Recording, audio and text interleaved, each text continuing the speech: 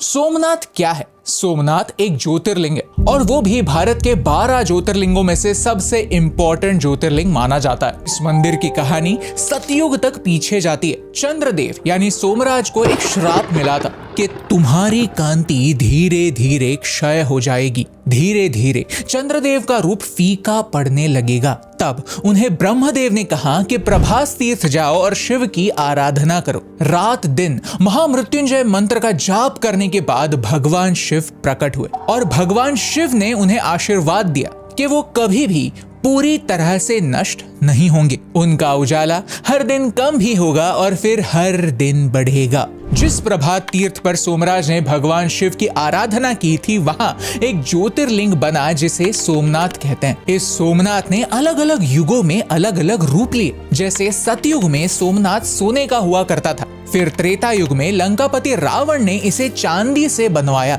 द्वापर युग में श्री कृष्ण ने चंदन से बनवाया। ऋग्वेद, शिव पुराण, स्कंद पुराण, यहाँ तक श्रीमद् भगवद गीता में भी इस तीर्थ का उल्लेख है। प्राचीन जमाने में हमारे मंदिर सिर्फ प्लेसेस ऑफ वर्शिप नहीं थे, वो नॉलेज सेंटर्स थे। और जहाँ सरस्वती होती है वहाँ लक्ष्मी भी। 11th सेंचुरी में सोमनाथ के अद्वितीय संपत्ति की ख्याति पर्शियंस और टर्क्स तक पहुंच गई। और एक अंधेरी रात कुछ ऐसा हुआ जिसकी कल्पना ना ही अरबी सागर की लहरों ने की थी और ना ही सोमनाथ के हजारों श्रद्धालुओं ने। महमूद गजनी को खबर थी कि सोमनाथ एक बेहद अमीर मंदिर है जहां खजाना भर कर रखा हुआ है। उसके लिए मजहब के नाम पर मूर्तियां तोड़ना किसी बड़े कारनामे से कम नहीं था। इसीलिए वो अपने सेना बल के साथ गुजरात के तट पर जहां पहुंचा, उस क्षण सोमनाथ के घंटियों की आवाज तलवारों की झनकार और चीखों से दबने लगी। हजारों भक्त उस रात मंदिर में उपस्थित थे जो आकस्मिक हमले से घबरा गए। वो रणभूमि नहीं थी, वो युद्ध भूमि नहीं थी और मंदिरों पर आक्रमण हो सकता है ये प्रजा कभी सोच भी नहीं सकती थी। फिर भी कुछ लोगों ने वीरता से मुकाबला करने की कोशिश जरूर की। कहा जाता है 50,000 तक भक्त और निर्दोष नागरिक उस एक रात मारे गए। गजनी ने 20 मिलियन दिनार जितनी वेल्थ सोमनाथ से चुराई। मंदिर के समुद्र की ओर बाण स्तंभ लगा हुआ है। इससे साउथ डायरेक्शन में एक सीधी रेखा खींचो तो सीधा साउथ पोल तक कोई जमीन बीच में नहीं आती। सोमनाथ से एग्जैक्टली सीधे साउथ में जाओ तो अंटार्कटिका पर ही लैंडफॉल होता है। सोचकर हैरानी होती है कि प्राचीन काल में लोगों को इसका ज्ञान कैसे हुआ होगा। कुछ प्राचीन कथाएं बताती है कि सोमनाथ मंदिर में एक ज्योतिर्लिंग स्थापित था जो अपने आप हवा में लेविटेट करता था। कहा जाता है कि इस शिवलिंग में ऐसी एल्केमिकल और मैग्नेटिक शक्तियां थी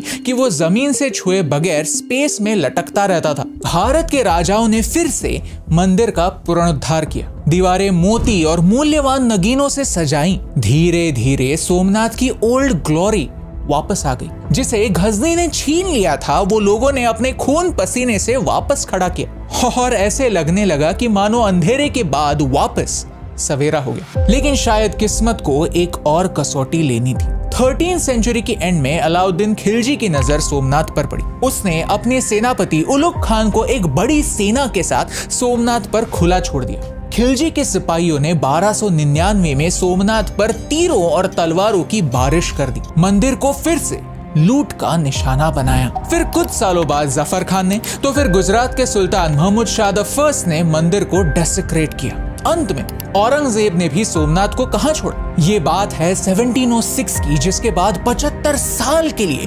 सोमनाथ खंडर बन गया। ऐसे कहते हैं कि सोमनाथ को इतिहास में 17 बार लूटा गया।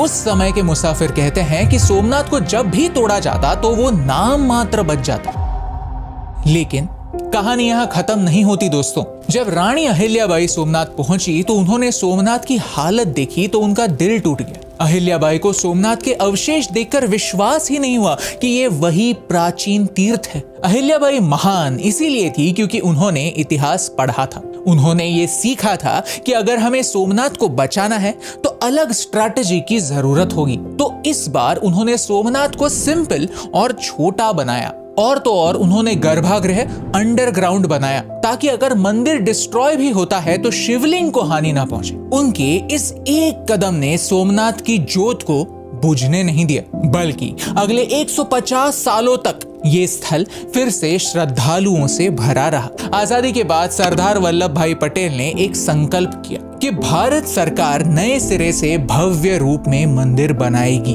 11 मई 1950 को इस मंदिर की नींव रखी गई और 1 साल के अंदर अंदर नए मंदिर का निर्माण हुआ और भारत के राष्ट्रपति खुद इस मंदिर की प्राण प्रतिष्ठा पर आए थे। उस दिन सोमनाथ में दियों की रोशनी, शंखनाद और वेद मंत्रों की गूंज वापस लौट आई। हमारा कल्चर, भारत का कल्चर दुनिया का इकलौता ऐसा कल्चर है जो अभी भी हमारे रीति रिवाजों से जुड़ा हुआ है। हम कोई विक्टिम नहीं हैं, हम सर्वाइवर हैं। 17 बार टूटने के बाद हम 18वीं बार खड़े होने का हौसला रखते हैं।